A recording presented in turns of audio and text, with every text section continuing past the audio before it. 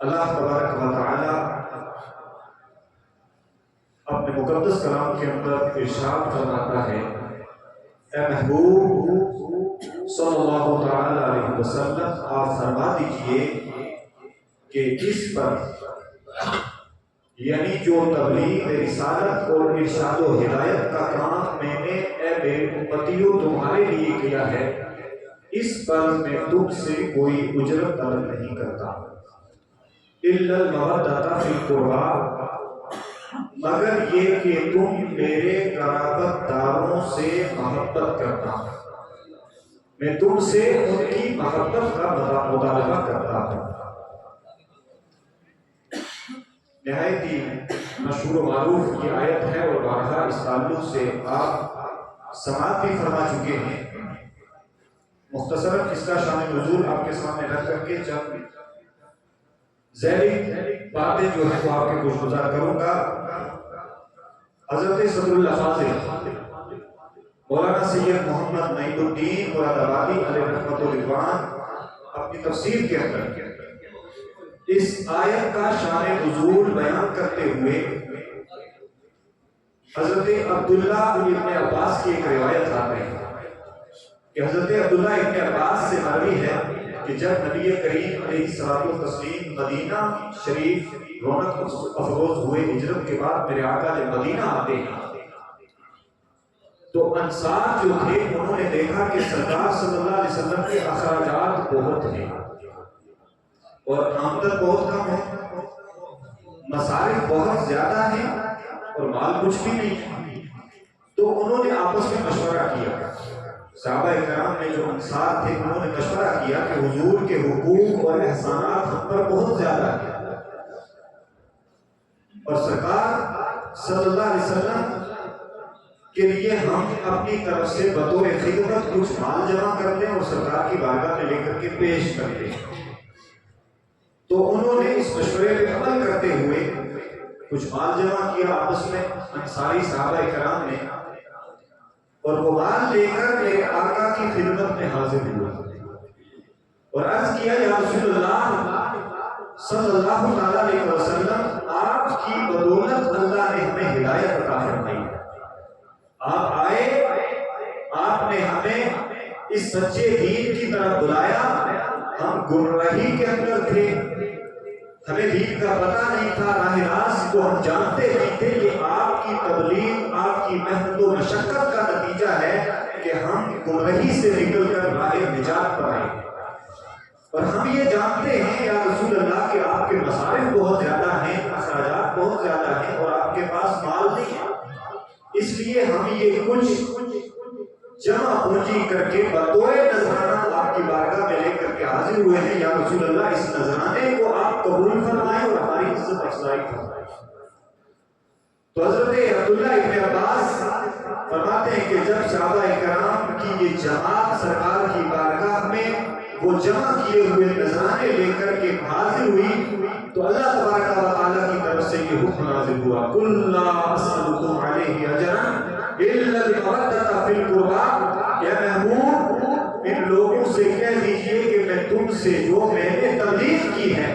جو میں نے دین تم تک پہنچایا ہے اور گمراہی سے نکال کر راہ ہدایت پر تم کو لایا ہے، اس پر مجھے کوئی مال نہیں چاہیے، کسی دولت کی ضرورت نہیں ہے،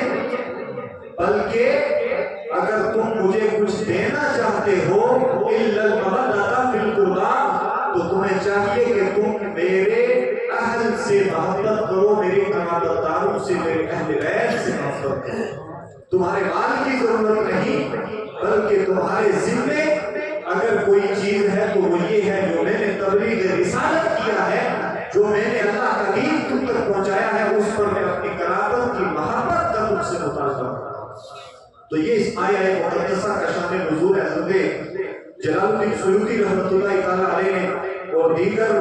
ائمہ اور مفسرین نے اس کی مختلف دیگر جو شان نزول ہے اس میں مختلف روایات کو لے کر کے آئے ہیں، اور حضرت امام رازی رحمۃ اللہ تعالی علیہ اسی آیت کے تحت فرماتے ہیں کہ یہ آیت ایک ایسی آیت ہے کہ جس کے بعد ہمیں یہ پتہ چلتا ہے کہ اہل بیت کی محبت ہمارے ذمے لازم و واجب ہے. جس طرح کل قیامت کے دن ہم سے نماز کا سوال ہوگا، روزے کا، فرائض کا، واجبات کا پوچھا جائے گا، اور ایک بندہ جب ان تمام معاملات سے فارغ ہو جائے بروز محشر، تو آخر میں اسے پھر طلب کیا جائے گا، فرشتوں کو حکم ہوگا، اس بندے کو روکا جائے گا اور اس کو پوچھا جائے کہ تم ساری ڈگریاں تو لے چکے، سارے معاملات تو پاس کر چکے، اب تم بتاؤ تم نے میرے نبی کی اہل بیت کے ساتھ کیا سلوک کیا؟ یہ آخری سوال ہے، یہ آخری مطالبہ ہے، اور یہ آخری امتحان ہوگا اس بندے کا، جنت یا جہنم میں جانا، اس کے بعد فیصلہ ہوگا. نمازیں پڑھی ہیں، روزے رکھے ہیں، حج و زکات کو جتنے فرائض و واجبات و مستحبات و نوافل کا پابند رہا ہے، مگر اہل بیت رسول کے ساتھ اس کے دل کے اندر ایک رائی کے دانے کے برابر بغض و حسد و کینہ ہے، تو وہ سمجھے کہ اس امتحان میں اسے پاس نہیں ہونا. اور پھر اللہ کے نبی صلی اللہ علیہ وسلم کی بڑی مشہور و معروف ایک روایت طبرانی شریف کے اندر اسی تعلق سے اس بات کا جو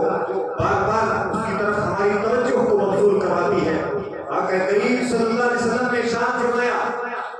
اور نماز کی مثال اس کے اندر دی، خود سرکار نے روزوں کی مثال دی. فرمایا کہ کوئی بندہ ہے وہ کعبے کے اندر چلا جائے گا، حرم کے اندر چلا جائے گا، رکن اور مقام ابراہیم کے درمیان جا کے ساری زندگی عبادت کرتا رہے، نماز پڑھتا رہے، روزے رکھتا رہے، اور اسی حالت قیام میں، روزوں کی حالت میں، نمازوں کی حالت میں وہ اپنی ساری زندگی کو گزارتے ہیں. اللہ کے نبی نے فرمایا اگر اس کے دل کے اندر بغض آل محمد ہے فدخل النار، تو وہ اس کی نماز، اس کے وہ روزے، اس کا حرم کے اندر وہ ساری زندگی کا قیام اسے جہنم سے نہیں بچا سکتا. اور پھر یہ مہینہ جو درس ہمیں دیتا ہے، امام عالی مقام سیدنا امام حسین رضی اللہ تعالیٰ عنہ کے جتنے رفقا تھے، جن میں 17 اہل بیت کے افراد جو شہید ہوئے کربلا کے اندر، اور پھر دیگر جو آپ کے رفقا تھے سردار امام حسین کے، آپ کے جو اصحاب تھے، آپ کے جو ساتھی تھے، انہوں نے اپنی قربانیاں دی. ایک تو ہے ذکر حسین، ہم حسین پاک کا ذکر کرتے ہیں، اور یقیناً یہ وہ ذکر ہے جو خود رسول اللہ کی سنت ہے، اور سینکڑوں احادیث کے اندر حضرت امام علی مقام کی ولادت سے لے کر کے آپ کی شہادت تک کے سارے جو واقعات ہیں وہ سرکار نے خود بیان فرمائے. میرے آقا صلی اللہ علیہ وسلم کہ یہ سچے غلام، ایک تو ان کا ذکر ہے، اور یقیناً ہم ان کے ذکر کو عبادت کے طور پہ سمجھتے ہیں، اور یہ سمجھتے ہیں کہ ہم ذکر علی کر رہے ہیں، ذکر حسین کر رہے ہیں، حضرت پاک کا ذکر کر رہے ہیں، سرکار کے غلاموں کا، اصحاب کرام کا ذکر کر رہے ہیں، تو یقیناً یہ ذکر خود سرکار نے کیا، سرکار کی سنت ہے. لیکن ایک ذکر حسین ہے، ایک تو ذکر حسین ہے، حسین کو یاد کرنا، ان کے مسائل کو یاد کرنا، ان پر رنجیدہ ہونا. اور یقینی سی بات ہے کہ ایک باپ اپنے بچوں سمیت، اپنی بیویوں کو لے کر، اپنے بیٹوں کو لے کر، اپنے نوازوں کو لے کر، اپنے بھتیجوں بھانجوں کو لے کر کے میدان کارزار میں اترتا ہے. آخر کس فکر کے تحت وہ امام کربلا میں آیا؟ فکر حسین کیا تھی؟ حسین کی سوچ کیا تھی؟ ادھر حج کا مہینہ ہے، جب امام حسین نے مکہ سے کوچ کیا، حضرت صحابہ کرام نے منع کیا کہ حالات اچھے نہیں ہیں کوفہ کے، اور یہ کوفی یہ وہ لوگ ہیں جنہوں نے ہر وقت بے وفائی کا ثبوت دیا ہے. چاہے آپ کے والد حضرت مولا کائنات کا وقت تھا، اس وقت بھی ان کی بے وفائی کھل کر کے سامنے آئی. امام حسن جب خلافت پر متمکن ہوئے تو ان کی جو بے وفائی تھی وہ سامنے آئی. اور پھر آج آپ کو بلایا جا رہا ہے، اے امام آپ غور کریں، یہ وہ لوگ ہیں جو بلا کر کے دھوکے دیا کرتے ہیں. اور حضرت امام پاک کا یہ بھی کوئی ایسا نظریہ بھی نہیں تھا کہ وہاں جا کے جنگ کرنی ہے. جو جنگ کے لیے جاتا ہے وہ بڑی تیاریوں کے ساتھ جاتا ہے. امام پاک اس لیے جا رہے تھے کہ امام حجت کرنا ہے. جو کوفہ کے 30 35 40 ہزار لوگوں نے خطوط لکھے تھے، امام آپ آئے، ہم آپ کے ہاتھ پہ بیعت کریں گے. یہ یزید جو وقت کا حکمران ہے، یہ دین کو بدل رہا ہے، دین کو پامال کر رہا ہے، سرعام زنا اور شراب اور گانے بازی کی محافل کا اعلان کرتا ہے. یہ ایسا نہیں ہے اور نہ اس کی اتنی لیاقت ہے کہ یہ امیر المومنین بن سکے، مسلمانوں کا امیر بن سکے. لہذا آپ کے ہوتے ہوئے، آپ نواسۂ رسول ہیں، آپ کا یہ حق بنتا ہے کہ آپ آئیں، ہم آپ کے ہاتھ پہ ہاتھ دے کر کے بیعت ہوں گے اور آپ اسلام کو بچائیں. اور جو سنت رسول کو بدلنا چاہتا ہے، آپ اس کے نظام کو بدلیں. امام پاک تو اس نظریے سے گئے تھے. اور یہ الگ بات ہے کہ وہاں جا کر کے جس بے دردی کے ساتھ گلو حسین کے اوپر حضرت علی اکبر، حضرت امام قاسم اور وہ آپ کے جتنے بھی رفقا، آپ کے سارے ہمراہی، جو سلوک ان کے ساتھ ہوا، آج بھی تاریخ کی کتابوں کو انسان پڑھتا ہے. حالانکہ ہم لوگ بے حس ہو چکے ہیں، ہماری حس ایسی نہیں ہے، لیکن آج بھی 1450 سال گزر گئے. آج بھی جب واقعات کو کوئی پڑھتا ہے، اگر وہ اپنا ہو غیر ہو، کتنا ہی سخت دل ہو، جب امام پاک کے ان واقعات کو دیکھا جاتا اور سنا یا پڑھا جاتا ہے تو بے ساختہ آنکھوں سے آنسو جاری ہو جاتے ہیں. کس بے دردی کے ساتھ گلو حسین کو کاٹا گیا. جمعہ کا ہی دن تھا اور جمعہ کا وقت تھا، عین نماز کی حالت میں سیدنا سرکار امام حسین کے گلے کو ان کے پر بدن سے جدا کیا. اور دوسری بات، یہ جتنے بھی کربلا کے اندر رکے، 2 گروہ تھے، آپ جانتے ہیں، ایک امام علی مقام کے رفقا ہیں اور دوسرا یزیدیوں کا گروہ ہے. ایک خاص نقطہ اس کے اندر جو جس کی طرف ہماری توجہ کب جاتی ہے، جتنے دن آپ وہاں رکتے ہیں 7 نومبر تک تو کھانا پینا سب ملا، 7 کے بعد کھانا پینا بند ہو جاتا ہے، لیکن نمازیں بند نہیں ہوتی. نماز اس سینے میں بھی ہو رہی ہے، اذان بھی ہو رہی ہے. ادھر علی اکبر اذان دیتے ہیں تو ادھر کوئی اور یزیدی اذان دیتا ہے. آج وہ لوگ جو یہ سوال کرتے ہیں فلاں کے پیچھے بھی نماز ہو جاتی ہے، فلاں کے پیچھے بھی نماز ہو جاتی ہے، فلاں کے پیچھے بھی نماز ہو جاتی ہے، تو کیا امام حسین یہ نہیں جانتے تھے کہ کس کے پیچھے ہوتی ہے کس کے پیچھے نہیں ہوتی؟ اذانیں الگ کیوں ہو رہی تھی؟ فکر کا تضاد تھا، عقیدے کا تضاد تھا، نظریے کا تضاد تھا. اور جب انسان کا عقیدہ، انسان کی فکر اور اس کا نظریہ نہ ملے تو نماز نہیں ہوتی. اسی لیے امام پاک کی جماعت الگ ہو رہی ہے، دوسری طرف حالانکہ بہت بڑی جماعت تھی، وہ ہزاروں میں تھے اور یہ سینکڑے تک بھی نہیں تھی. ان کی تعداد صرف اگر ساری عورتیں، بچے اور یہ سارے ملا دیے جائیں تو 100 کے قریب تھے. چونکہ 27 لوگ واپس آئے تھے، 72 شہید ہوئے، ان میں بچے بھی تھے، ان میں عورتیں بھی تھیں. تو کہنے کا مطلب یہ ہے کہ جب انسان کا نظریہ نہ ملے، جب انسان کی فکر نہ ملے، عقیدہ نہ ملے تو نماز نہیں ہوتی. اور امام پاک نے کربلا کے اندر یزید کے بالمقابل اور لشکر یزید کے بالمقابل حضرت امام علی اکبر کو یہ حکم دیا کہ علی اکبر تم اذان پڑھو، نماز ہم پڑھائیں گے. حالانکہ دوسری طرف تو ہزاروں کی جماعت ہو رہی تھی. اور آج کا کوئی ہمارے جیسا ہوتا وہ کہتا ہے یار ادھر تو زیادہ ہے، ہمیں تو اکثریت کے ساتھ جانا چاہیے. جہاں حق کی بات ہوتی ہے وہاں اکثریت کو تعداد نہیں دیکھی جاتی، فکر، نظریہ اور عقیدہ دیکھا جاتا ہے. تو امام پاک کی وہ ذات جس کے تعلق سے خود اللہ کے نبی صلی اللہ علیہ وسلم نے ارشاد فرمایا کہ میرا یہ حسین اور میرا یہ حسن، یہ میرے بیٹے، یہ میرے جنت کے پھول ہیں. اور میرے سرکار صلی اللہ علیہ وسلم اکثر ان کو چوما کرتے تھے اور چومنے کے ساتھ سونگا کرتے تھے. ایک صحابی نے دیکھا، یا رسول اللہ صلی اللہ علیہ وسلم عرض کیا، یا رسول اللہ آپ ان کو چومتے ہیں، چومنا تو سمجھ میں آتا ہے یہ آپ کی اولاد ہے، آپ سونگتے کیوں ہیں؟ تو اللہ کے نبی نے ارشاد فرمایا تھا کہ تمہیں سمجھ نہیں آئے گی اس بات کی، میں اس لیے سونگتا ہوں کہ یہ جنت کے پھول ہیں. تو وہ جنت کا پھول کربلا کے اندر جب پہنچتا ہے اور ان کی معیت کے اندر، ان کی سرداری کے اندر، ان کی سربراہی کے اندر ایک اپنی فکر لے کر کہ یہ جو یزید گانے اور باجے کی محفل کا انعقاد کرتا ہے یہ شریعت کے خلاف ہے. یہ یزید جو شراب نوشی کو عام کرنا چاہتا ہے یہ شریعت کے خلاف ہے. زناکاری کو عام کرنا چاہتا ہے یہ شریعت کے خلاف ہے. امام اس نظریے کو لے کر کے گئے تھے. اگر ہم حسین بھی کریں اور پھر گانے باجے کی محفلیں بھی ہوں، ہم حسین بھی کریں اور پھر شراب نوشی اور پھر ڈرگس جیسے اس گندے ماحول کے اندر اپنے نوجوانوں کو بھی چھوڑ دیں، ہم حسین بھی کریں اور ساتھ میں زناکاری اور اس کی جتنے بھی فحاشی کہتے ہیں ان کو پروموٹ بھی کریں، تو یہ حسینیت نہیں، دراصل یہ فکر یزید ہے. چونکہ امام پاک نے جن لوگوں کے خلاف آواز کھولا تھا ان میں بڑے بڑے نمازی تھے، ان میں بڑے بڑے غازی تھے، ان میں بڑے بڑے حاجی تھے، بڑے تقویٰ شعار لوگ تھے، جبہ لباس قبا علم دین سب کچھ ان کے پاس تھا.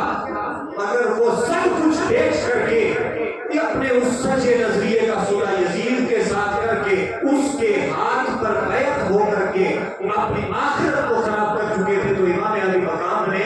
ان کے ساتھ جو کیا اور پھر جو ہوا کربلا کے اندر اور اس کربلا کے بعد جو دین کو ایک جنا ملی وہ سب کے سامنے ہے. آج بھی دنیا کے اندر جب باطل اور حق کی جنگ ہوتی ہے، جب بھی دو نظریے ٹکراتے ہیں تو ایک کی فکر یزید پر منطبق ہوتی ہے اور دوسرا فکر حسین کا پیروکار ہوتا ہے. پوری دنیا کے اندر آج تک وہ نظریہ چل رہا ہے اور سچے جو غلام ہیں امام پاک کے آج بھی موجود ہیں اور قیامت تک رہنا ہے ان کو. اور اللہ کے نبی صلی اللہ تعالیٰ علیہ وسلم نے اپنے شہزادوں کے لیے اسی لیے فرمایا تھا کہ یہ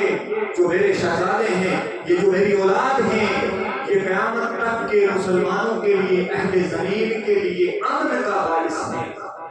یہ امن کا باعث ہیں. اور پھر میرے آقا نے ارشاد فرمایا تھا کہ یہ وہ لوگ جو ان سے بغض و عناد رکھیں گے، ان سے جنگ کریں گے. سرکار نے فرمایا جو ان سے جنگ کرے گا وہ مجھ سے جنگ کرتا ہے، جو ان کو ایزا دے گا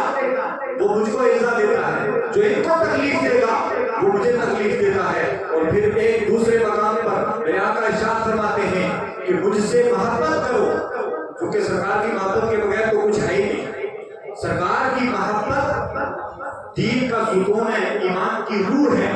اگر سرکار کے تعلق سے کسی کے ہاں ایک بال کے کروڑ میں حصے کے مطابق بھی اس کے فہم و گمان و خیال میں تنقیص کا پہلو آ جاتا ہے تو وہ بندہ مومن نہیں رہ سکتا، ایمان سے خارج ہو جاتا ہے. سرکار نے فرمایا مجھ سے محبت کرو اللہ کے لیے، کیونکہ میں اس کا محبوب ہوں، میں اس کا سچا رسول ہوں. اس نے مجھے بھیجا ہے تمہارے لیے تاکہ میں تمہاری رہنمائی کروں اور میرے ان اہل و عیال سے میری وجہ سے محبت کرو. اور ان کی محبت تمہارے ایمان کو جنا بخشتی ہے، تمہارا ایمان اس سے بڑھتا ہے. اور جو ان کے بغض میں مبتلا ہو جائے پھر اس کے اعمال نہیں دیکھے جاتے، اس کے کردار کو نہیں دیکھا جاتا اور اس کا جو آخری نتیجہ نکلتا ہے. اللہ کے نبی نے فرمایا فَدَخَلَ النَّارَ، وہ کچھ بھی کر لے، وہ دنیا کی ساری ثروتیں حاصل کر لے، شوکتیں حاصل کر لے، عظمتیں حاصل کر لے، مگر اس کی آخرت قلبی گھاٹے میں تھی، آج بھی ہے اور قیامت کے دن اسے جہنم میں ڈالا جاتا ہے. اس لیے ہم صرف ذکر حسین کی طرف خیال نہ کریں بلکہ امام پاک کے ذکر کے ساتھ امام پاک کی جو فکر تھی اس فکر کے اوپر چلنا، اس کو سمجھنا، اس کو سیکھنا، اس کو اپنانا، یہ ہماری ذمہ داری ہے. اور اس وقت پوری دنیا کے اندر جو ایک ماحول ہے، ابھی آپ نے دیکھا ہوگا 2 سے 3 دن پہلے ایران کے اندر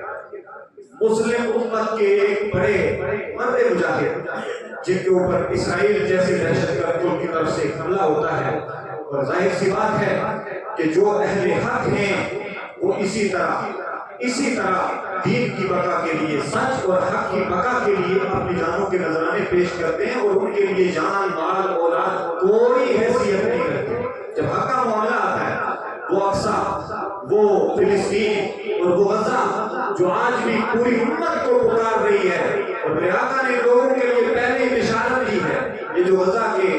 فلسطین کے اور اس مسجد اقصی کے قرب و جوار والے ہیں، یہ بڑی برکتوں والے لوگ ہیں، کیونکہ یہ بشارتیں دی گئی ہیں، اور یہی وہ لوگ ہیں جو اس قبلہ افضل کی حفاظت اپنی جان، اپنی مال، اپنے اولاد اور اپنے عزت و وقار سب کچھ لٹا کر کے دیں گے، اور ان کے لیے آخرت میں بڑی بشارت ہے۔